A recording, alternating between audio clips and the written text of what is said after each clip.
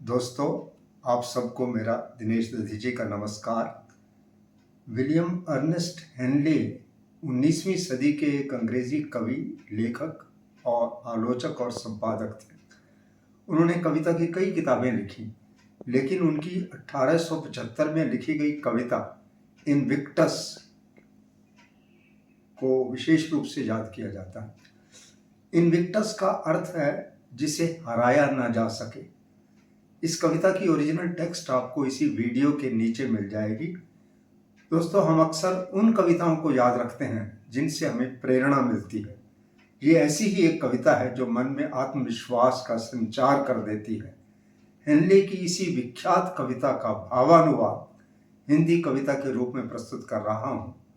कविता का शीर्षक है अपराजेय मैं। अपराजेय, जिस मुझे हराया नहीं जा सकता।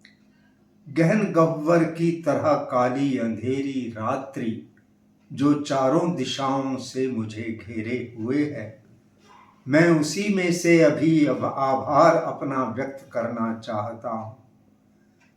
गहन गह्वर की तरह काली अंधेरी रात्रि जो चारों दिशाओं से मुझे घेरे हुए है, मैं उसी में से अभी आभार अपना व्यक्त करना चाहता हूँ। देवताओं को समर्पित कर रहा हूँ जो भी हैं वे। है बहुत आभार, मेरी आत्मा अपराजिता है।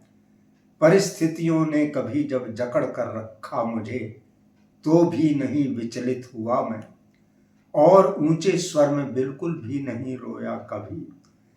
परिस्थितियों ने कभी जब जकड़ कर रखा मुझे, तो भी नहीं विचलित हुआ मैं, और ऊंचे स्वर में बिल्कुल भी नहीं रोया कभी। जब कभी दुर्योग के चाबुक पड़े सिर पर, हो गया वह रक्त रंजित, पर नहीं उसको कभी झुकने दिया मैंने। जब कभी दुर्योग के चाबुक पड़े सिर पर, हो गया वह रक्त रंजित, पर नहीं उसको कभी झुकने दिया मैंने। कोप स्थल या अश्रुपूरित हो धरा, इससे परे मात्र मंडराता भयावह कोई साया मौत का। बीतते वर्षों के खतरे से नहीं अनभिज्ञ, लेकिन मैं निडर हूं और आगे भी सदा निर्भय रहूंगा। बीतते वर्षों के खतरे से नहीं अनभिज्ञ, लेकिन मैं निडर हूं और आगे भी सदा निर्भय रहूंगा। चाहे जितना संकुचित हो द्वार, या नियति की पट्टिका में घोषणा के रूप में हो दंड जितने, भाग्य अपने का स्वयं स्वामी हूं मैं, और अपनी आत्मा का भी नियंत्रक मैं अकेला। भाग्य अपने का स्वयं स्वामी हूं मैं, और अपनी आत्मा का भी नियंत्रक मैं अकेला। धन्यवाद।